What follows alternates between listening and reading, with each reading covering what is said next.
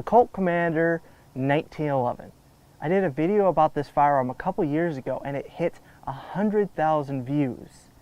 Now when I made the video, I was still really new to handguns and I really didn't know a huge amount about this firearm. Well, I've learned how it works. I've taken every piece of this thing out and I think it's time that I do a full review.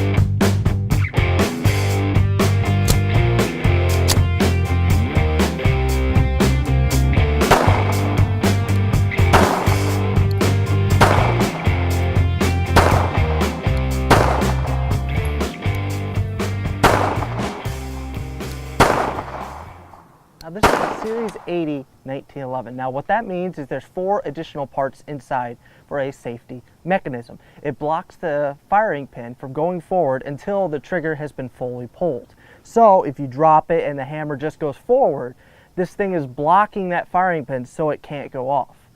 Whether or not it's necessary is up for debate. A lot of people on each side of it, but I've not seen it hinder this firearm at all.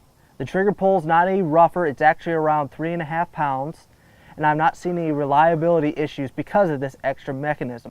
Now this firearm does disassemble like any other 1911. You push this button down, turn the front bushing, let the recoil plug come out. You can pull the recoil spring out or you can leave it in there, it's not a big deal. Then you pull the slide back, pull out the slide lock, slide comes right off. The guide rod, take out the bushing and the barrel. It comes apart exactly the same as a government model 1911. Now like I said, I was still really new to handguns when I first got this firearm and I got a couple things about it that I didn't initially like, but I've grown to love.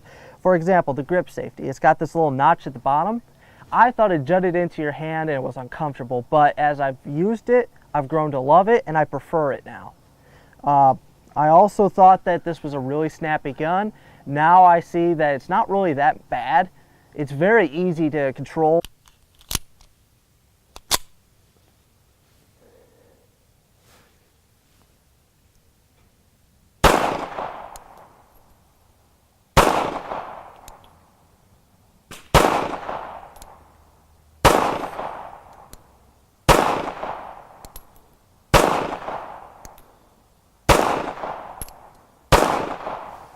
Now since then, I've replaced a couple parts on this firearm. For example, it's got a Wilson Combat slide release right here. It's extended. I also replaced all the internal springs with Wilson Combat springs. I've really grown to love Wilson Combat springs over the years. And so I took this thing apart, replaced all the springs. They needed it because they had over 1,000 rounds, actually about 3,000 rounds before I replaced it. Even though most people that own these things say 1,000 rounds, you want to replace them. But I just replaced them with Wilson Combat, and I like the way it feels. I also replaced all the magazines with Wilson Combat. This firearm has been extremely reliable, but I did notice with the factory Colt magazines, we were having some failures to feed. Sometimes they would jam inside the magazine, sometimes they would hit that feed ramp wrong, and it would just sit there. But after I replaced it with these new Wilson Combat magazines, I haven't seen it jam once. So it's a very dependable firearm in my experience. Now another thing I did replace on this firearm were the sights. Now I originally had Novak sights, which I really did like them.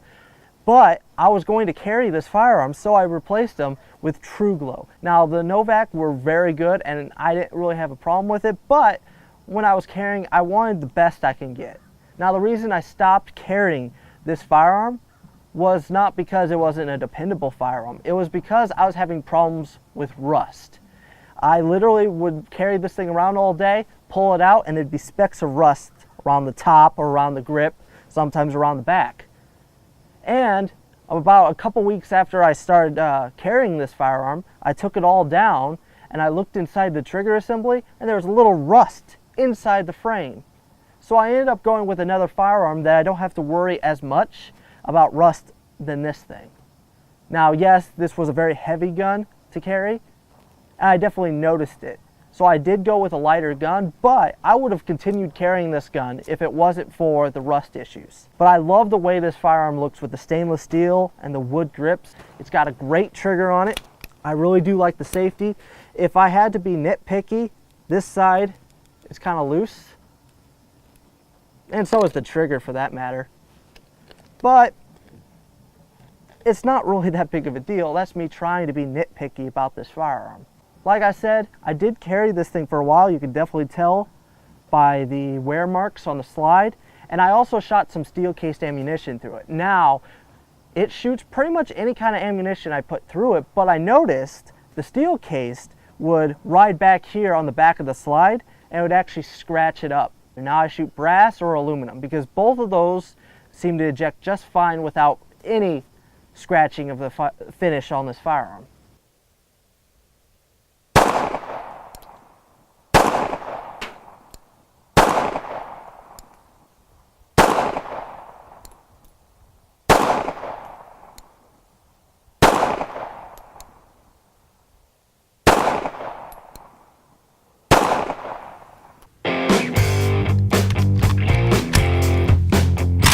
Okay, we're gonna try a speed run this time. Now, we were shooting that 9mm rifle over there, and so I gotta readjust to having my hands back so I don't scorch myself on the metal. Ow, like that. That might have even been wood. All right, yeah, that's wood, it hurts. Hello, I'm a man round.